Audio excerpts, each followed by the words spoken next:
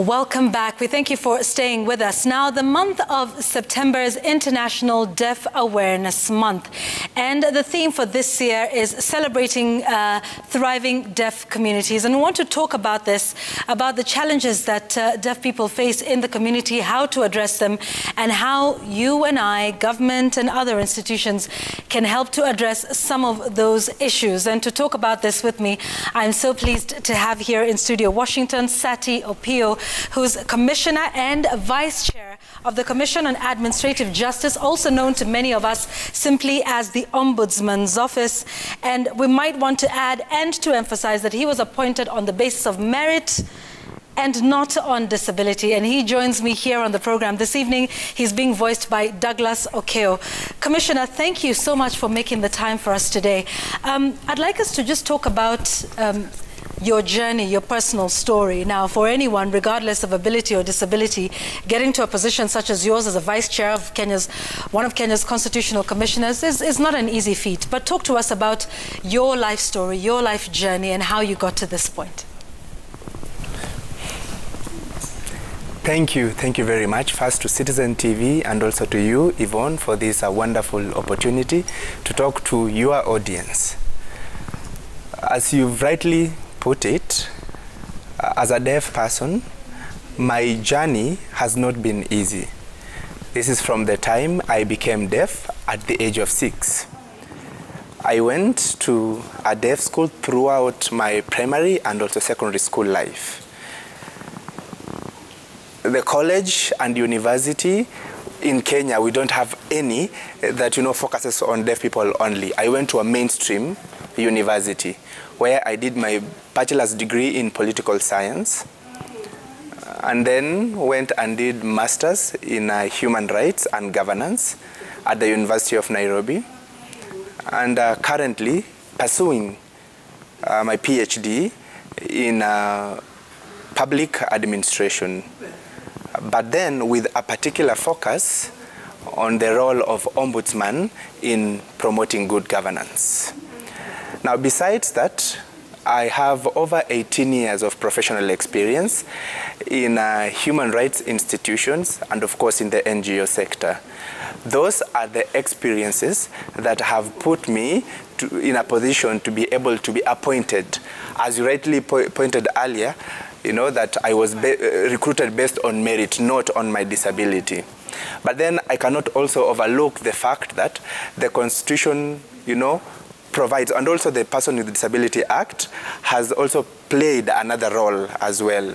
But then more importantly, my professional experience and my education is what has put me to where I am today. What I must emphasize in that the investment that I've put in education has led me to have access to these opportunities. And you rightfully mentioned that on the basis of merit, and what an illustrious career you've had in the space of human rights in this country. But talk to us generally about the challenges of persons living with hearing impairment. We know we have a law, the Disability Act of 2003, but yet we still, hear of challenges in terms of education, in terms of employment and discrimination. What is that like for deaf persons in the country? What is the status of that in the country at the moment? Thank you very much once again. I must say there are more fundamental challenges that we face as persons with disability and deaf persons, especially in the education sector. I was lucky that, at the age of 6, I'd already acquired language. But then many number of deaf children who are born deaf or become deaf at a very early age, like 2 or 3 years, and they have not acquired language. Their language foundation is very weak. That is an area that we've not invested properly in. Therefore, when we go to an education system, the current education system has not invested in strengthening the foundation of the language for deaf children. We catch up, at trying to catch up with the curriculum. And remember, some of the teachers who come to the deaf schools don't know sign language. Some of them are transferred to those schools without knowing sign language. So these are two human beings in classroom, one struggling to catch up on their language foundation, while the other one is struggling to know sign language. They don't even know sign language at all. At the end of the day, the education levels will always suffer. I remember personally, when I was in high school, specifically in Form 4, we were still using Form 3 books. In some subjects, we used Form 2 books. Unfortunately, we must sit for the same examination like our hearing counterparts. So more investment should be in that area, how to build language foundation, starting with homes before even the children go to school. Just like other hearing kids, you know, they pick up language by speaking with their parents at home. That is one of the challenges that I want to mention. Allow me to also mention briefly on the employment sector. Big barriers that we face as persons with disability is how to sell ourselves, how to convince the employers that we have the potential.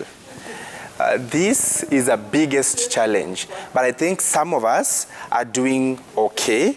We have professional experience, but then, like for example, appearing for the interview the first time, the panel looks at you awkwardly like, how will this person be able to perform? Where will we get extra money to take care of, you know, their extra needs?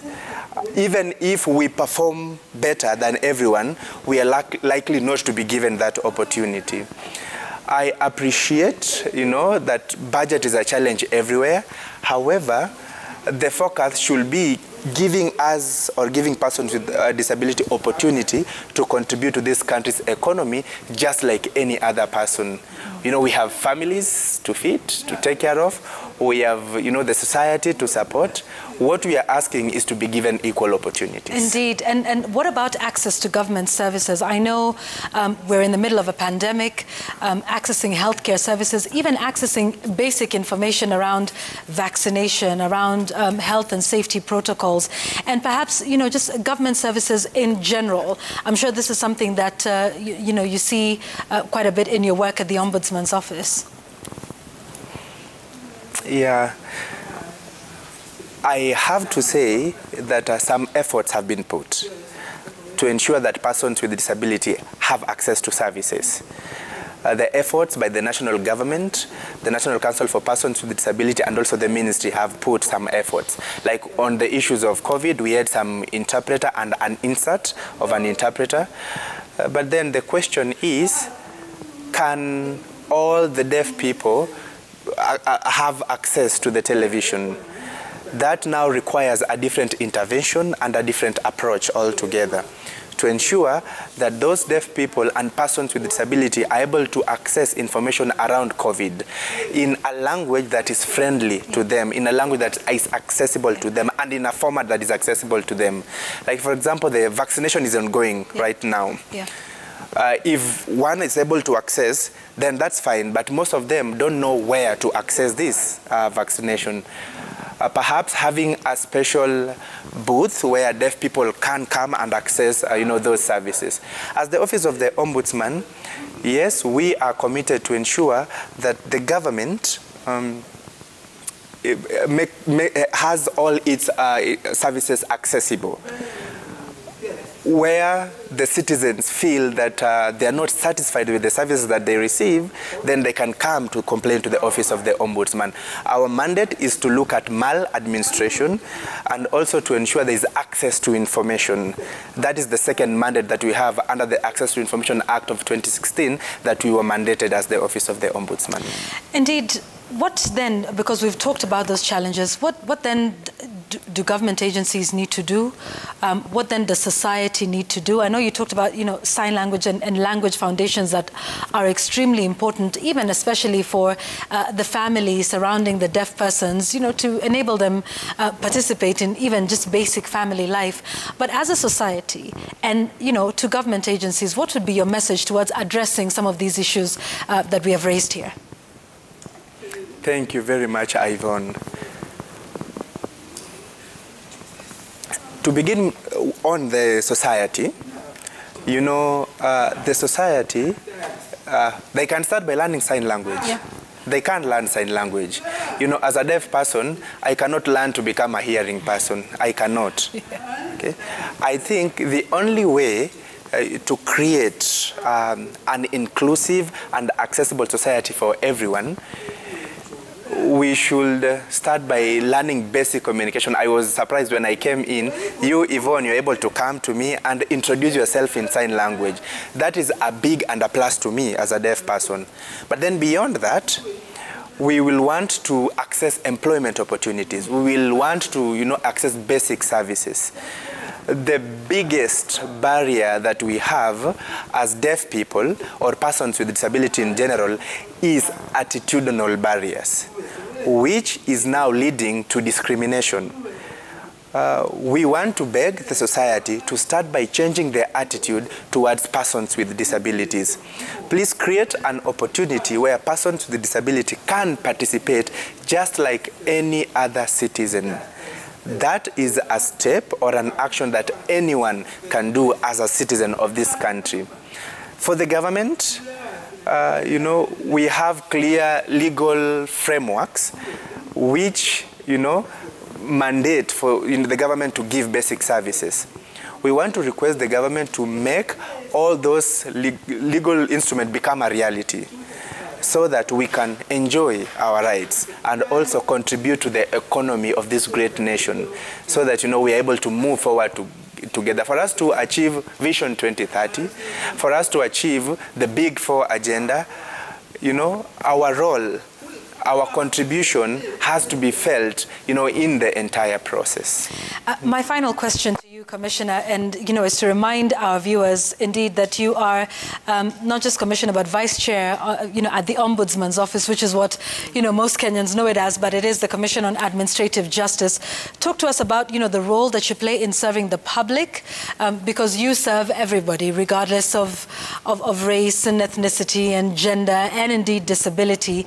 But just remind Kenyans of the mandate that, you know, your office has, and how Kenyans can access that for services, or rather for recourse when they feel they have not been adequately addressed by other government agencies. How can Kenyans come to you, and what sort of services do you provide at the Ombudsman's Office?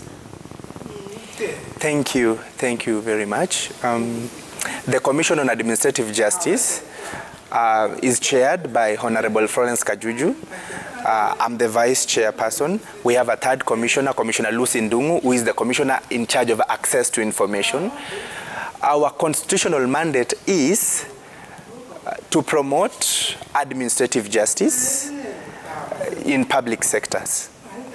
By that, what we mean is the Constitution gives this commission, you know, a mandate to ensure that citizens experience unfair treatment. If they experience unfair treatment, delays in terms of services.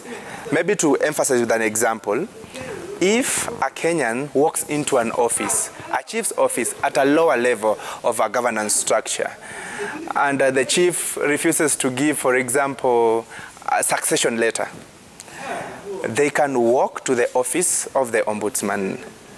The office is there. We have an office in Kisumu, we have an office in Nairobi, we have an office in Isiolo, we have an office in Mombasa, and also in Eldoret.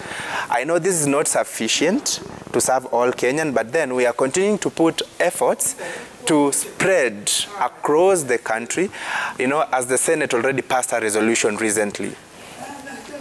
Another example is, for example, issues around pension.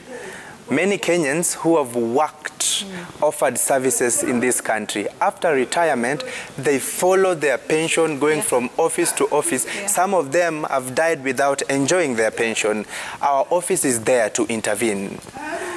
And also, not only issues around administrative justice, but we have another mandate around access to information, where if any citizen of this country needs some information or to access information that the government holds, fundamental information that the government holds, you request that information to help you perhaps do a search or court case, or it's a journalist who wants to do investigation. And that information is denied. then you can come to the office of the Ombudsman to review that request. Through walk-in, through sending an email to us, through making a call to us, through our website.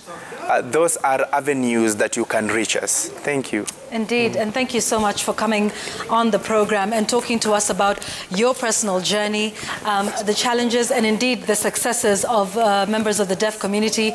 That is the theme for this year's International Deaf Awareness Month, celebrating thriving deaf communities. Thank you. And also for talking about the work that you do at the Ombudsman's office in terms of serving the entire population. Thank you very much for coming. We appreciate your time. Washington Sati Opio, who's Commissioner and Vice Chair of the Commission on Administrative Justice, speaking to us on the program tonight. And I happen to know his chair is also a woman who has a disability very close to her heart, as do I. Thank you very much for watching.